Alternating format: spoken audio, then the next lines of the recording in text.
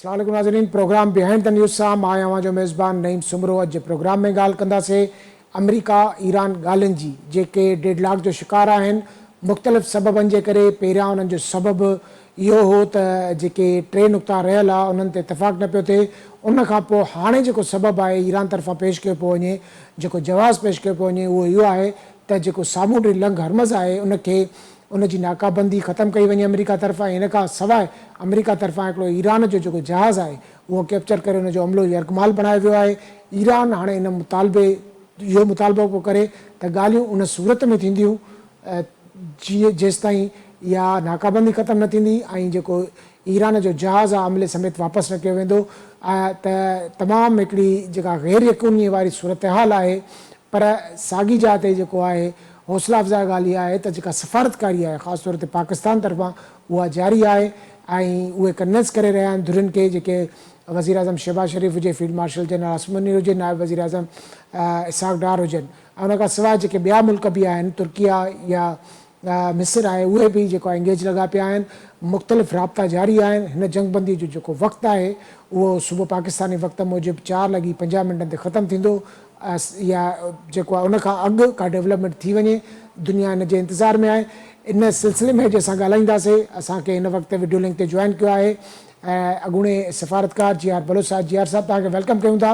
सभ खां पहिरियां मां तव्हां खां इहो पुछंदुमि त हिकु तरफ़ ॻाल्हियुनि जी जेका आहे ॻाल्हि करे पियो अमेरिकी सदर डोनाल्ड ट्रंप, ॿिए पासे अहिड़े क़िस्म जा धमकी वारा बयान ॾियण त ईरान वटि ॻाल्हियुनि खां सवाइ को ॿियो रस्तो न आहे। ऐं उनखां पोइ जेको आहे वरी चए थो त जंगबंदीअ में बि का वाध न थींदी। त अवां जी नज़र में तव्हां छा था सम्झो, हिननि ॻाल्हियुनि जो मुस्तक़बिल छा आहे? छा धुरियूं राज़ी थींदियूं? छा ईरान तरफ़ां कल्ह जीअं गिरिन सिग्नल ॾिनो वियो पर उन बावजूदि अमेरिका का उन में अॻुभराई न कई ऐं उन नाकाबंदी बि ख़तमु न कई, त तव्हां कीअं था ॾिसो हिननि ॻाल्हियुनि जो मुस्तक़बिल? कॉम्प्लिकेटेड आहे इशू, छाकाणि जो मसइले इन ई मारियो आहे त जेके कॉन्ट्राडिक्टरी अचनि पियूं ॻाल्हियूं ट्रंप तरफ़ां। Are you online? तव्हां जी जी ऑनलाइन जी आहियो सर, मूंसां जी गॾु? जी। अच्छा अच्छा।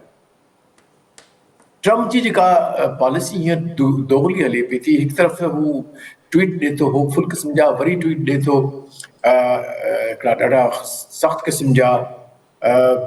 सो उन में बेसिकली हुनजा ऑडियंस घणा आहिनि। हिकिड़ो त हुन जो जेको असल स्ट्रेटेजी हूंदी आहे त पंहिंजे अपोनेंट खे अनबैलेंस रखो ऐं इहो उनखे प्रिडिक्ट न थियणु ॾियो त हू छा करण वारो आहे, ताकी हू ग़लतियूं करे। This a very strategic negotiation जेके बार्गेन कंदा आहिनि। ही पाण चवे थो त मां मास्टर ऑफ द डील्स आहियां and there is no doubt about that, that's how he is done. So they play this chicken game त केरु थो ब्लिंक करे फर्स्ट। सो मुंहिंजो ख़्यालु आहे त हू हिकिड़ी पॉस्चरिंग करे पियो त मां तयारु न आहियां। हाणे चवे थो त पियो त असां I have no hurry to go for the deal, हालांकि उनखे ई हरी आहे, उनजी मसला आहिनि, उनजे जे फ़ैसिलनि जे करे ई सॼो जेको मुआशी निज़ाम आहे आलमी उन ते नुक़सानु पियो थिए। ऑयल प्राइसिस जा मथे वञनि पियो, इन्फ्लेशन वधे पई। पंहिंजे संदसि मुल्क में एॾी वॾी ॿियनि मुल्कनि में तमामु घणी आहे, जहिड़ो कर एशिया में आहे, अफ्रीका में वॾो असरु आहे, यूरोप में बि आहे, लेकिन पंहिंजे अमेरिका में जेको आहे सो डबल ट्रिपल थी वियो आहे जेको गैस जी पेट्रोल जी क़ीमत आहे।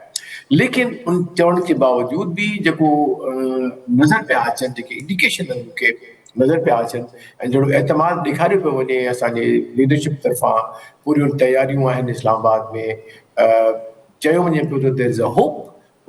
त मूंखे लॻे थो त जेकॾहिं बेस्ट केस सिनारियो इहो आहे त उहे सभु अची वेंदा जेके पहिरियां बि इन में हुआ शामिल, जंहिंमें जेडी वेंस लीड कंदो, विटकॉफ हूंदो ऐं कैस्ट्रोल, ऐं हुतां वरी जेको आहे सो स्पीकर एंड फॉरेन मिनिस्टर हूंदा। वर्स्ट केस सिनारियो इहो आहे त US जो डेलीगेशन पूरो अची थो वञे पियो, पर हू वरी उतां टेक्निकल टीम था पंहिंजी ॿिए या टे लेवल जी मोकिलनि था, त उन में दे माइट डाउनग्रेडेड, मतिलबु पोइ छा था करे सघनि त ही अमेरिकन त भई छाकाणि जो हू न आयो आहे सो असां हिनखे डाउनग्रेड था कयूं, त पोइ हुन में एम्बेसडर या ॿिया जेके हिन सां गॾु टीम में वारा माण्हू हूंदा technical, they might hold the talks. So it will be the talks for the talks कि भई हाणे जॾहिं इहो असांजा इशूज़ जॾहिं सेटल थियनि त पोइ असां छा कंदासीं. ॾिसो 3 इश्यूज़ आहिनि जेके असां ऑडियंस खे ॿुधाईंदा हलूं जेके ईरान जे लाइ मुश्किल आहे. नंबर 1 आहे स्टेट ऑफ हॉर्मोज़ जो ब्लॉकेट जेको कयो आहे हिन जे बंदरगाह जो अमेरिका, हू चवनि था उनखे तव्हां हटाए छॾियो. ॿियो जेको उन्हनि जो वॾो इशू हीअं थियो आहे सो साउथ लेबनान में थी वई आहे जंगबंदी, लेकिन उनमें तमामु घणी जेका असां वायलेशन थी पई. टी जेका ॻाल्हि आहे असां इमीडिएट जेका मां चवां पियो थो जेके उहो सॉल्व करे सघनि था ऐं तंहिंखां पोइ ॻाल्हियूं हली सघनि थियूं. जेको हुन जो बहरी जहाज़ हो जेको चाइना में आयो पियो उनखे हिननि फायर करे नाकारा करे छॾियो ऐं उनखे कब्ज़े में करे छॾियो आहे. त उहो जहाज़ बि ऐं जेके हुनजे अंदरि कंटेंट आहिनि उहे वापसि थी वेंदनि उन्हनि खे. त मुंहिंजो इहो ख़्याल आहे त इहे अहिड़ा मसइला आहिनि जेके हल थी सघनि था पिया ऐं मोस्ट लाइकली इन्हनि ते ॻाल्हि ॿोल्हि हलंदी हूंदी बिहाइंड द सीन ऐं पोइ सुभाणे मोस्ट लाइकली थी वेंदो त यस वी आर डूइंग इट. लेकिन हाणे सभ खां वॾो क्रिटिकल मसइलो इहो आहे त जंगबंदी सुभाणे ख़तमु थियण वारी आहे. सो जेका पहिरीं मां स्टेटमेंट ॾिसां पियो या एंटिसिपेट पियो कयां त या त ॿिन्ही तरफ़नि खां धार ईंदो या पोइ पाकिस्तान जो प्राइम मिनिस्टर जी हुन पहिरां कयो हुयो ऐलान थ्रू द ट्वीट त असां कंसल्टेशन खां पोइ they have agreed to extend the जेके सीज़ फायर आहे टिल द टाइम इहे जेके ॻाल्हियूं आहिनि से कामयाबु थियनि थियूं. So I think I am expect जेको इसाक डार नेटली बेकर सां मुलाक़ात कई आहे उन में उन्हनि ईरान ऐं अमेरिका खे हिकु दफ़ो ॿीहर जेको आहे त जंगबंदी में वाध जी दरख़्वास्त बि कई आहे त इहो इन सिलसिले ॾांहुं ई कड़ी आहे जेका तव्हां ॻाल्हि कयो था. जी यकीनन बिल्कुलु यकीनी ॻाल्हि आहे त हुनखे उहो जेको ॻाल्हि उतां बेसिकली उहा हूंदी ॻाल्हि जेका ईरान खां हासिल थी आहे. इहे जेके 3 ॻाल्हियूं तव्हांखे ॿुधायूं आहिनि मां I am not privy to it, लेकिन मुंहिंजो अंदाज़ो आहे त हिननि जे लाइ ईरान जे लाइ इहे 3 मसइला आहिनि त भई 3 में जेको वॾो मसइलो इहो आहे त भई तव्हां जेका बैरिकेड आहे हिन जो या जेका हिन जो ब्लॉक कयल आहे पोर्ट हिन जा ईरान जा उहो तव्हां ख़तमु कयो. उनजो नेवल ब्रेकेट ख़तमु कयो, ब्लॉकेट ख़तमु कयो. उनखां पोइ बाक़ी ॿ ॻाल्हियूं जेके आहिनि से जहिड़ो कर जिन जो हल आसान आहे. सो डेफिनेटली इन ॻाल्हि ते थी हूंदी. अच्छा ज़ियार साहब अॼु डोनाल्ड ट्रंप हिकिड़े इंटरव्यू दौरान औरतुनि जी बि ॻाल्हि कई त ईरान उन्हनि औरतुनि खे आज़ादु करे उन्हनि खे फाही न ॾिए. इहो बि को इशू आहे टॉक्स जो या इहा बि का शर्त आहे छाकाणि त अॼु डोनाल्ड ट्रंप उन्हनि औरतुनि खे बि पॉइंट आउट कयो आहे त ईरान उन्हनि औरतुनि खे जेके आहिनि उन्हनि खे आज़ादु करे. छा इहो बि हिकिड़ो डेडलॉक जो सबबु आहे? ॾिसो इहो डेडलॉक जो सबबु त कोन्हे, नई ॻाल्हि अची वई आहे. हाणे हालांकि नई ॻाल्हि कोन्हे, शुरू जेको जेके हिन जा ट्रंप जा 15 पॉइंट हुआ उन में इहो शामिलु हुयो त जेके डिटेनीज़ आहिनि कंहिंखे बि फांसी न ॾिनी वञे, उन्हनि खे आज़ादु कयो वञे, उन्हनि खे डेमोन्स्ट्रेशन जी आज़ादी हुजे. लेकिन हीउ जेको आयो आहे मुतालबो मूं अञा ताईं पढ़ियो न आहे, तव्हांखे किथे मिलियो आहे कहिड़े सोर्स तां प्लीज़ शेयर विद मी. लेकिन उनजो कनेक्शन मां सोचां पियो थो त शायदि थी सघे थो हिकिड़ी ख़बर हुई, सा मूंखे ख़बर न आहे करेक्ट आहे की न, त शायदि हिकु अहिड़े माण्हू खे फांसी ॾिनी वई जो अकॉर्डिंग टू द प्रेस त जंहिं मस्जिद जी बेहुरमती कई हुई ऐं शायदि नारा बि अहिड़ा क़िस्म जा हया हुआ, पर ख़ासि तरह हुन ते इल्ज़ाम जेको हयो वियो आहे त हुन मस्जिद जी बेहुरमती कई हुई ऐं उनजे करे उनखे फांसी ॾिनी वई आहे या फांसी ॾियण वञनि पिया जेके आहिनि या फ़ैसिलो थी वियो आहे. सो मे बी दैट माइट हैव ट्रिगर्ड हिकिड़ो एक्सक्यूज़ हुन वटि अची वियो हूंदो त हाणे असां इनखे बि हिकिड़ो इशू बनायूं. But this is something which probably should not stop from negotiations going forward. So I'm pretty hopeful कि पाकिस्तान कम से कम ही दौर कम से कम जेको आहे सो थींदो. उन खां पोइ जेको लाहे अमल आहे उहो छा थींदो, that is a big challenge in my view. छाकाणि जो हिन में बि मसइला तव्हांजा हल कोन थींदा, हिकिड़ो प्रोसेस आहे. ही प्रोसेस में तव्हां हिकिड़ी फ्रेमवर्क करे सघो था पिया डिसाइड त भई असां हिन फ्रेमवर्क ते कंदासीं कमु इन जे लाइ अपनाए हरमोज़ जे लाइ, हिन फ्रेमवर्क में कंदासीं न्यूक्लियर जो इशू, हिन फ्रेमवर्क में कंदासीं साउथ लेबनान जो इशू, हिन में कंदासीं जेकॾहिं if they have now raise the issue of detainees त ईअं थींदो. फ्रेमवर्क डिसाइड थींदा, पोइ टेक्निकल कमेटियूं ठहंदियूं, उहे वरी पोइ ॿिन्ही खे रिकनसाइल कनि. जी अच्छा ज़ियार साहब, हिकु त जीअं पहिरियों दौरु थियो, पहिरियों राउंड में जेकी ॻाल्हियूं थी वियूं त अब्बास अराग़ची जो शायदि बयान अव्हां जे नज़र मां गुज़रियो, हुन चयो त असां इंचिस अवे हुआसीं कंहिं मुआदे खां अचानक सां जेडी वेंस खे फ़ोन अची वियो, वरी उन खां पोइ हुननि जा मुतालबा वधंदा विया त अमेरिका तरफ़ां मुतालबा वधाया पिया वञनि ऐं हिकिड़ो तासुर ॾियण जी कोशिशि कई वञे त असां हिन जंग में फ़तह थी विया आहियूं ऐं असांजा शर्त वधीक मञो, त छा इहा हिकु नाकाम कोशिशि आहे सदर ट्रम्प जी, छाकाणि त अॼु बि हुन इहा ई ॻाल्हि कई आहे त ईरान वटि मुआदे करण खां सवाइ ॿियो कोई जेको आहे त दग न आहे ऐं जेकॾहिं ईरान मुआदो न कयो त जंगबंदी में वाध का बि न थींदी? Definitely, youth strategy आहे हिननि जी ट्रम्प जी, छाकाणि जो they think still they are the most powerful country in the world. ऐं हू चवनि था त इहो हिकिड़ो असांजो इंटाइटलमेंट आहे त असां इवन इफ असां चाहियूं था त असां जंग न कयूं, उहो बि असांखे थोरो फेस सेविंग ॾिनो वञे पब्लिक जे लाइ, या प्रिटेंड कयो वञे त असां तव्हां जेके टारगेट्स हुआ से अचीव कया आहे। उहो हिकिड़ो प्रिटेंशन हूंदो, उहो मीडिया लेवल ते ॻाल्हि हूंदी पर कंटेंट में कोन हूंदो। सो अंदरां जेका ॻाल्हि थींदी सा डेफिनेटली ॿाहिरि न ईंदी, पर इट इज़ पॉसिबल त अमेरिका जेको आहे सो ही ॿाहिरि जो जेको स्टैंड्स खणो आहे इहो इन करे रखियो आहे त पब्लिक में जेको आहे सो हिनखे उहा हज़ीमत न करणी पए ट्रम्प खे, हुनजी पंहिंजी कॉन्स्टिट्यूएंसी बि आहे ऐं प्लस हिकिड़ो इम्प्रेशन ॾिनो of a very strong leader, very ऐं ख़ासि तरह ईरान खे डिफीट ॾियणो त उतां उनखे एज़ अ ट्रॉफी करे कंदो, ॾिसो I was the one who defeated Iran. See, ये ॻाल्हियूं हुननि सियासतदाननि जूं हूंदियूं आहिनि, so he is playing on those sentiments. अच्छा जियार साहब, ख़ुदा न ख़ासि अल्लाह न करे जेकॾहिं ईरानी वफ़द नथो अचे ऐं अमेरिकी वफ़द अची वञे थो ऐं उन खां पोइ विड्रॉ कनि था, त इन जा तव्हांखे केतिरा चांस लॻनि था त ख़ुदा न ख़ासि हीअ जंग ॿीहर रीस्टोर थी सघे थी या ॿीहर रीस्टार्ट थी सघे थी? जंग वधी मतिलबु कंटिन्यू रही सघे थी, लेकिन इन शेप में उनजी शेप तब्दील थी, ऐं उहा शेप छा थींदी कुझु को चई कोन थो सघिजे, लेकिन जेको मुंहिंजे ज़हन में हींअर अचे पियो थो त शायदि जेकॾहिं नाकाम थी वञनि, ख़ुदा न ख़ासि जेके न थियणु घुरिजनि, इंशाअल्लाह तुंहिंजी दुआ आहे ॻाल्हियूं, त पोइ हिकिड़ी प्रोलॉन्ग ब्लॉकेट हूंदो ईरान जो, हुनजे जेके शिप्स आहिनि उन्हनि खे ॿाहिरि ईरान खां न अचणु ॾिबो। मतिलबु इवन हींअर बि हिकिड़ी इतलाह आई आहे त हिकिड़ो ईरानी बहरी जहाज़ अमेरिकन इंटरडिक्ट कयो आहे in the Asia in the Pacific ocean में। त मतिलबु इहो आहे त हिकु तरह सां हिकिड़ो जेको थींदो आहे सी क़िस्म जो उहो करे छॾे, ठीकु आहे। So that is what it जंग माना उहे न थींदी जीअं माना 40 ॾींहं हिकिड़ी हली आहे जंग, उन टाइप जी जंग न थींदी, बसि हे ब्लॉकेज थींदा या वधि में वधि हुनजे जी जी एग्ज़ैक्टली, त हुनखे हुनजी इकोनॉमी खे नुक़सानु पहुचायो वञे, हुनजी पेट्रोलियम मुकमिल तरह सां बंदि कई वञे, लेकिन हुन में हिकिड़ो चाइनीज़ जो फैक्टर आहे, उहे चवनि था त न इहे न थियणु घुरिजे।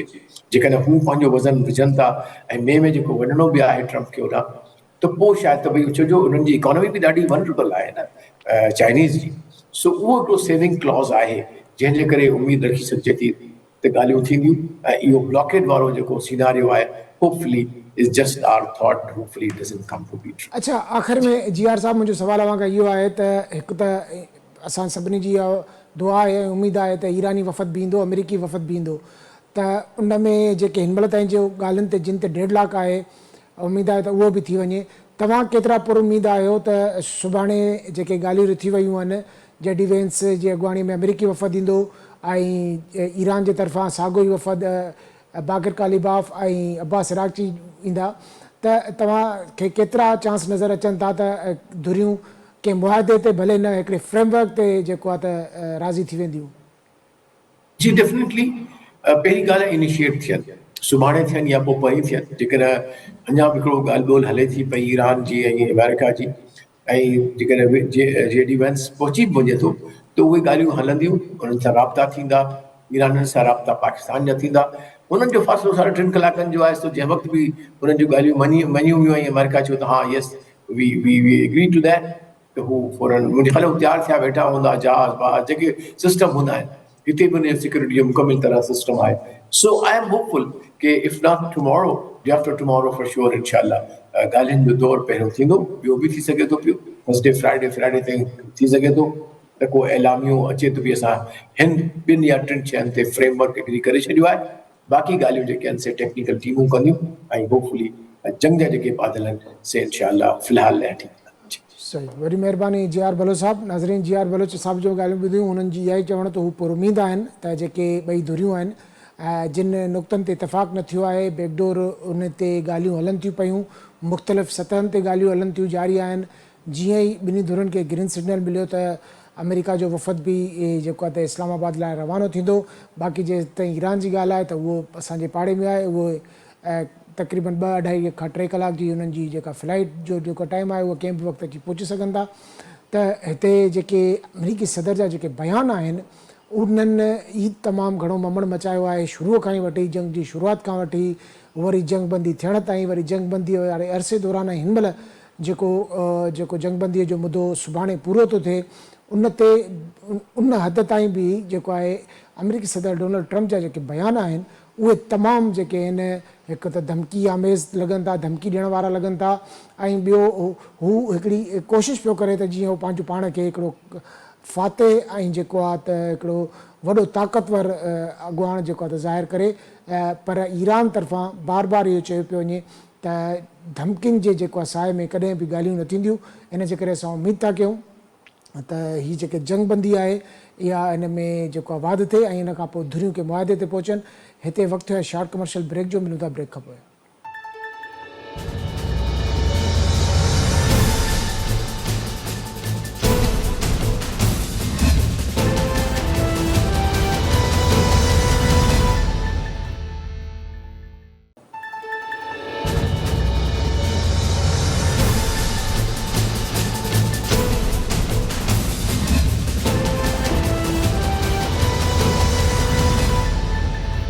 वेलकम बैक नाज़रीन। प्रोग्राम में ॻाल्हि पई हले ईरान अमेरिका ॻाल्हियुनि जी।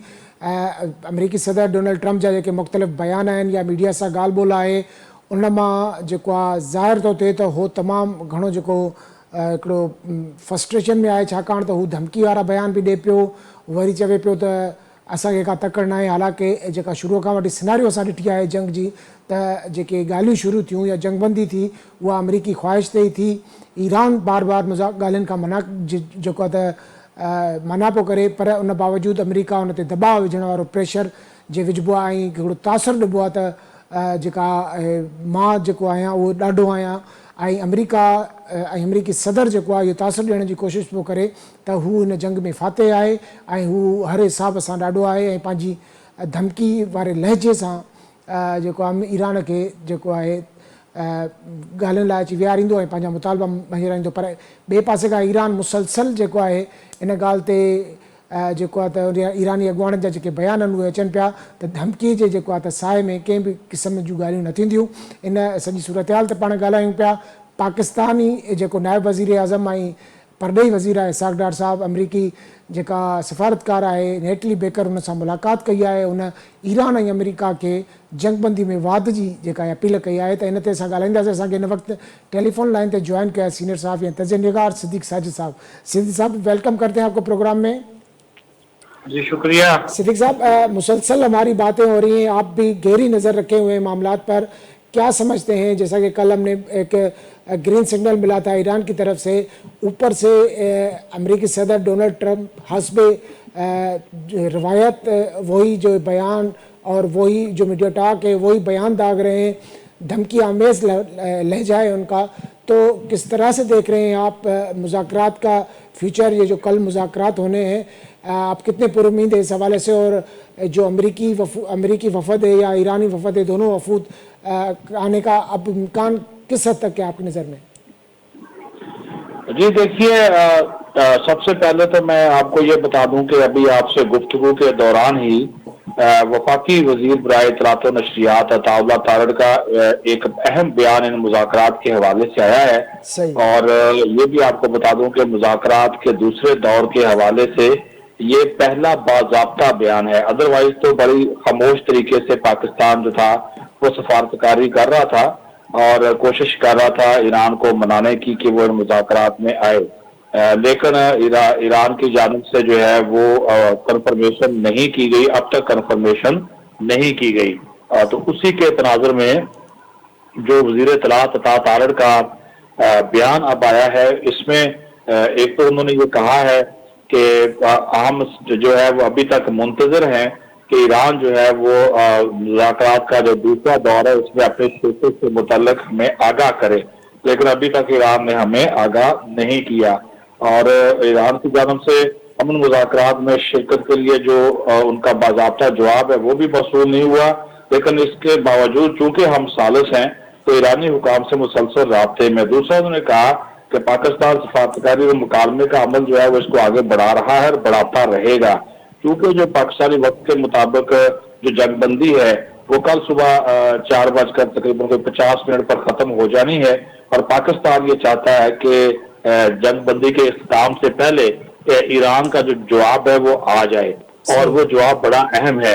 تو عطا تارڑ کے اس بیان کے بعد ایک چیز جو ہے وہ نظر آ رہی ہے کہ ڈیڈ لاک امریکہ کی جانب سے نہیں ہے، ڈیڈ لاک مذاکرات میں شرکت سے متعلق وہ ایران کی جانب سے ہے۔ صحیح۔ امریکہ نے تو کہا ہے کہ جے ڈی وینس جو ہے وہ روانہ ہوں گے اور ان مذاکرات میں شرکت کریں گے، اطلاعات تھیں کہ وہ پاکستانی وقت کے مطابق شام 6 بجے روانہ ہوں گے، لیکن ابھی تک وہ وہاں سے بھی نہیں، لیکن وہ تیار ہیں، وہ مذاکرات میں شرکت کے لیے آنا چاہ رہے ہیں، لیکن ایران کی جانب سے جو ہے وہ ابھی تک پاکستان کو باضابطہ کنفرمیشن نہیں دی گئی، اور عطا تارڑ کے بیان کے بعد تو صورتحال یہ واضح ہو گئی ہے کہ پاکستان جو ہے وہ مسلسل کوششیں کر رہا ہے، لیکن ایران نے ابھی اس کو رسپونڈ نہیں کیا ہے۔ دوسری طرف جو وزیر خارجہ ہیں اسحاق ڈار، وہ مسلسل رابطے کر رہے ہیں۔ اب سے تھوڑی دیر پہلے ان کی سعودی جو وزیر خارجہ ہیں شہزادہ فرحان، ان کے ساتھ ٹیلی فونک گفتگو ہوئی ہے، چینی سفیر سے ملے ہیں، پھر امریکی جو قائم مقام سفیر ہیں ان سے ملے ہیں، اور انہوں نے جنگ بندی میں باقاعدہ تصحیح کی درخواست بھی کی ہے، لیکن اس درخواست کا ابھی تک جو ہے وہ کوئی رسپانس نہیں آیا ہے۔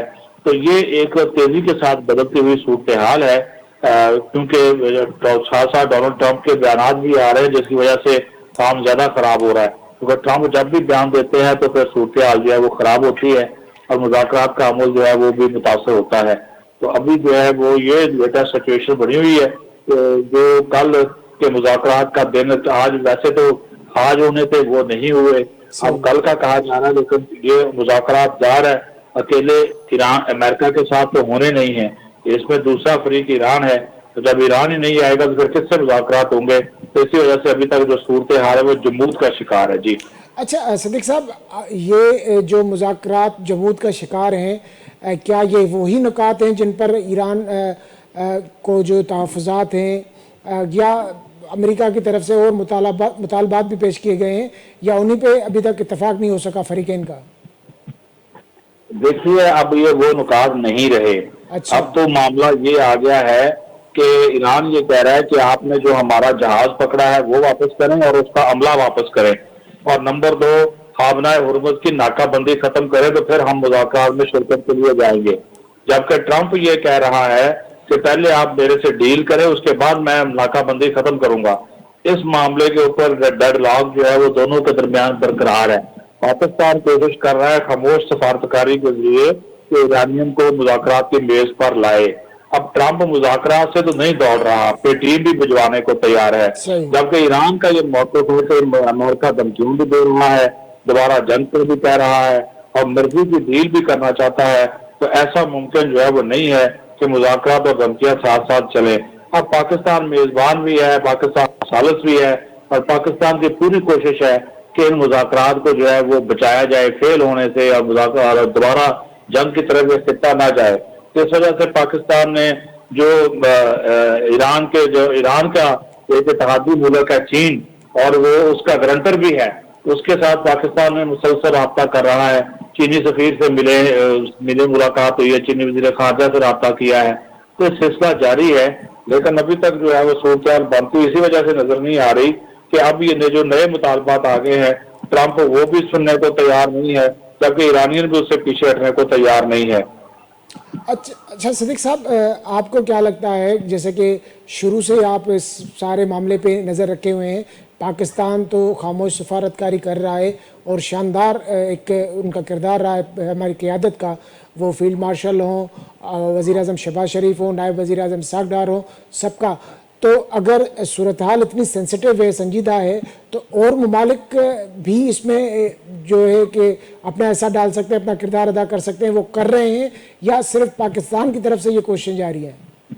نہیں, اس میں سارے ہیں. دیکھیں پاکستان کے ساتھ آپ کو پتا ہے کہ پاکستان کے ساتھ ترکیہ ہے, مصر ہے, سعودی عرب ہے, اور ان مصر کے وزیر خارجہ کے ساتھ بھی آج اس اقدار کا رابطہ ہوا ہے. اب سے 2 دن پہلے سعودی عرب کے ساتھ وزیر خارجہ کے ساتھ ہوا ہے, کل ان کا ایرانی وزیر خارجہ کے ساتھ ہوا تھا, ترکیہ والے کے ساتھ بھی وہ جو رابطے میں ہیں. تو ایسی بات نہیں ہے. دوسری جس طرح وہ دوسرے ممالک ہے, جس طرح یہ چین ہے, روس بھی اس میں اپنا رول پلے کر رہا ہے. تو یہ رابطے تو وہ کر رہے ہیں, اتحادیوں کے ساتھ بھی کر رہے ہیں, دیگر سازشوں کے ساتھ بھی کر رہے ہیں. لیکن دیکھیے اصل بات تو ہے ایران کی, مذاکرات تو انہوں نے کرنے ہیں, ہم اپنی پوری کوشش کر رہے ہیں. اور ابھی بھی جو اسٹیٹمنٹ آئی ہے فارن آفس کی, اس میں جو ہے وہ اظہاردار نے بھی یہ بات کہی کہ ہم چاہتے ہیں کہ سفارتکاری مکالمہ مذاکرات کے ذریعے مسئلے کو حل کیا جائے اور جنگ بندی میں توسیع کے معاملے پر غور جو ہے وہ کیا جائے. تو جب یہ الفاظ استعمال ہو رہے ہیں تو اس کا مطلب ہے کہ, اور پاکستان یہ بھی کہا کہ ہم اپنی جو کوششیں ہیں سازشی کی, ان کو ہم جاری رکھیں گے, ان کو ہم ترک نہیں کریں گے. اور یہ بھی جو ابھی دیکھیں نا کہ جو عطا طارق کی اسٹیٹمنٹ آئی ہے, انہوں نے آخر میں یہ کہا کہ جنگ بندی صبح 4:50 پہ پاکستانی وقت کے مطابق ختم ہو جانی ہے, اور ہم چاہتے ہیں کہ ایران اس سے پہلے جواب دے دے. تو اگر ایران 4:49 کے اوپر بھی کہہ دیتا ہے کہ میں مذاکرات کے لیے تیار ہوں, تو پھر یا پھر میں اپنا وفد بھیج رہا ہوں, تو ہو سکتا ہے کہ پھر وہ سیز فائر جو ہے وہ تھوڑا سا آگے بڑھ جائے اور پھر امریکہ جو ہے وہ دوبارہ حملے نہ شروع کرے. لیکن یہ بڑی ایک نازک صورتحال اس وقت بن گئی ہے. اب جتنی بھی وہ مذاکرات میں شرکت کے حوالے سے ہے وہ ان کے کورٹ میں ہے, ایرانین کے کورٹ میں ہے, کیونکہ بادی نظر میں نظر آ رہا ہے کہ جو ڈیڈ لاک ہے وہ ایران کی جانب سے ہے. جی اچھا صدیق صاحب, آخر میں یہ بتائیے گا کہ آپ کتنے پر امید ہیں, آپ کو کیا لگتا ہے کہ کوئی بیچ کا رستہ نکلے گا, یا خدا نخواستہ پھر جو معاملات ہیں جنگ کی طرف بڑھیں گی؟ اگر جنگ کی طرف بڑھیں گے تو وہ کس قسم کی جنگ نظر آتی ہے آپ کو پھر؟ دیکھیے یہ جنگ جو ہے نا, یہ پھر واقعی خطے کی حد تک نہیں رہے گی, یہ جنگ پھر پھیلے گی, اور یہ واقعی پھر تیسری عالمی جنگ جو ہے وہ بن سکتی ہے. اور دنیا کے جتنے بھی مہذب اور تہذیب یافتہ ممالک ہیں, ذمہ دار ممالک ہیں, وہ یہ نہیں چاہتے کہ ایسا ہو. بے شک اس میں بسوائے آپ اسرائیل کو اور انڈیا کو مائنس کر لیں, لیکن باقی جو ممالک ہے دنیا کے, یورپ ہو گیا, پورا یورپ ہو گیا, چین ہو گیا, روس ہو گیا, یہ سارے چاہتے یہ جنگ نہ ہو, یہ جنگ نہ پھیلے, اور اس میں سب اپنا اپنا کردار بھی پس پردہ رہ کر ادا کر رہے ہیں. لیکن بات پھر وہی ہے کہ چلے اگر ٹرمپ دھمکیاں دے رہا ہے, ایرانی حکام جو ہے, ایرانی قیادت جو ہے تھوڑا سا سمجھداری کا مظاہرہ کریں اور مذاکرات کی میز پر تو بیٹھیں. کیا ملنا ہے کیا نہیں ملنا ہے وہ بات کی بات ہے, لیکن مذاکرات کی میز پر تو آئے. جب بندہ مذاکرات کی میز پر آتا ہے تو بہت سے مسائل کا حل نکل آتا ہے. اگر پہلی مرتبہ 47 سال بعد پہلی مرتبہ بیٹھے تھے, 25 میں سے 22 نکات کے اوپر اتفاق ہو گیا تھا, پھر 3 رہ گئے تھے, تو ابھی اس 3 کے اوپر بھی ہو سکتا ہے, ایسی بات نہیں ہے کہ نہ ہو. معلوم یہ ہے کہ وہ بل کی ہے. اب ٹرمپ کو تو آپ جانتے ہیں, وہ دھمکیاں بھی ساتھ ساتھ دے رہا ہے, یہ بھی کر رہا ہے, وہ بھی کر رہا ہے. کیونکہ اگر یہ حالات اس قسم کے رہے جو کہ مجھے نظر آ رہا ہے کہ اگر ایران نہ آیا تو مشکلات ہوں گی. دیکھیں پھر بھی انہوں نے مذاکرات کی طرف ہی آنا ہے, یہ نہیں ہے کہ کوششیں ترک کر دی جائیں گی. اگر جنگ لگ بھی گئی تو پھر بھی پاکستان اور دیگر اتحادی جو ہیں وہ نہیں چاہیں گے کہ یہ سلسلہ جاری رہے, وہ اپنی کوششیں ترک کر کے بیٹھ جائیں. تو اچھا ہے کہ وہ اگر دوبارہ اس وقت مذاکرات کی طرف آنا ہے, جنگ کر دوبارہ شروع کروا کر, تو ابھی اگر وہ مذاکرات کا راستہ اختیار کر لے تو یہ فری کین کے لیے بہتر ہوگا. بہت بہت شکریہ صدیق ساجد صاحب. ناظرین, صدیق ساجد صاحب جو ॻाल्हियूं ॿुधियूं उन्हनि जो इहो चवणु आहे त अमेरिका जेतोणीकि पंहिंजो वफ़द मोकिलण लाइ ऐं गाॾियुनि लाइ त तयारु आहे, पर जेका ईरान जे जेको आहे नाकाबंदी कयल आहे हर्मुज़ जी, स्ट्रेट ऑफ हर्मुज़ जी, उहा ख़तमु करण लाइ तयारु न आहे. ऐं ईरान जो जेको कैप्चर कयल जहाज़ आहे ऐं उनजो हमिलो उहो वापसि ॾियण लाइ बि तयारु न आहे. ॿिए पासे ईरान उन्हनि शर्तुनि में वञण ताईं वफ़द मोकिलण खां इनकार करे रहियो आहे. डेडलॉक हिन वक़्तु इन्हनि ॿिनि ॻाल्हियुनि ते मेन आहे. ईरान जो इहो मुतालबो आहे त हिकु हर्मज़ लंघ आहे उनजी जेका नाकाबंदी ख़तमु कयो, ऐं ॿियो जेको जहाज़ कैप्चर कयो वियो आहे उहो जहाज़ ऐं उन अमले समेत वापसि कयो वञे. ॾिसजे जेका जंगबंदी आहे उहा पाकिस्तान वक़्त मूजिबि 4 लॻी सुबुह 4:50 ते ख़तमु थींदी ऐं असां सभु उमेद इहा ई था कयूं ऐं पाकिस्तान कोशिशूं पियो करे त उन वक़्त खां अॻु में ताईं ईरान तरफ़ां को जवाबु अची वञे त हीअ जंग जीअं ॿीहर न लॻे, छाकाणि त जंग लॻी ऐं जेकॾहिं जीअं सिद्दीक़ सादिक़ चयो त जंग ठीकु आहे, वरी जंग लॻी वई, उन खां पोइ बि त ॻाल्हियूं करणियूं आहिनि। इन खां बहितर आहे त पहिरियां ॻाल्हियूं कजनि ऐं के वरी नुक़सान खां पाण खे ऐं दुनिया खे बचाइजे त उहो बहितर थींदो। असां उमेद था कयूं त ईरान तरफ़ां बि को हकारी जवाबु ईंदो ऐं अमेरिका बि पंहिंजे जेको आहे इन होॾ तां लहंदो ऐं जंग बंदी थी वेंदी ऐं को मुआदे ताईं धुरियूं पहुचंदियूं। अॼु प्रोग्राम लाइ एतिरो ई, ईंदड़ प्रोग्राम ते ॾींदा इजाज़त। अल्लाह भाई।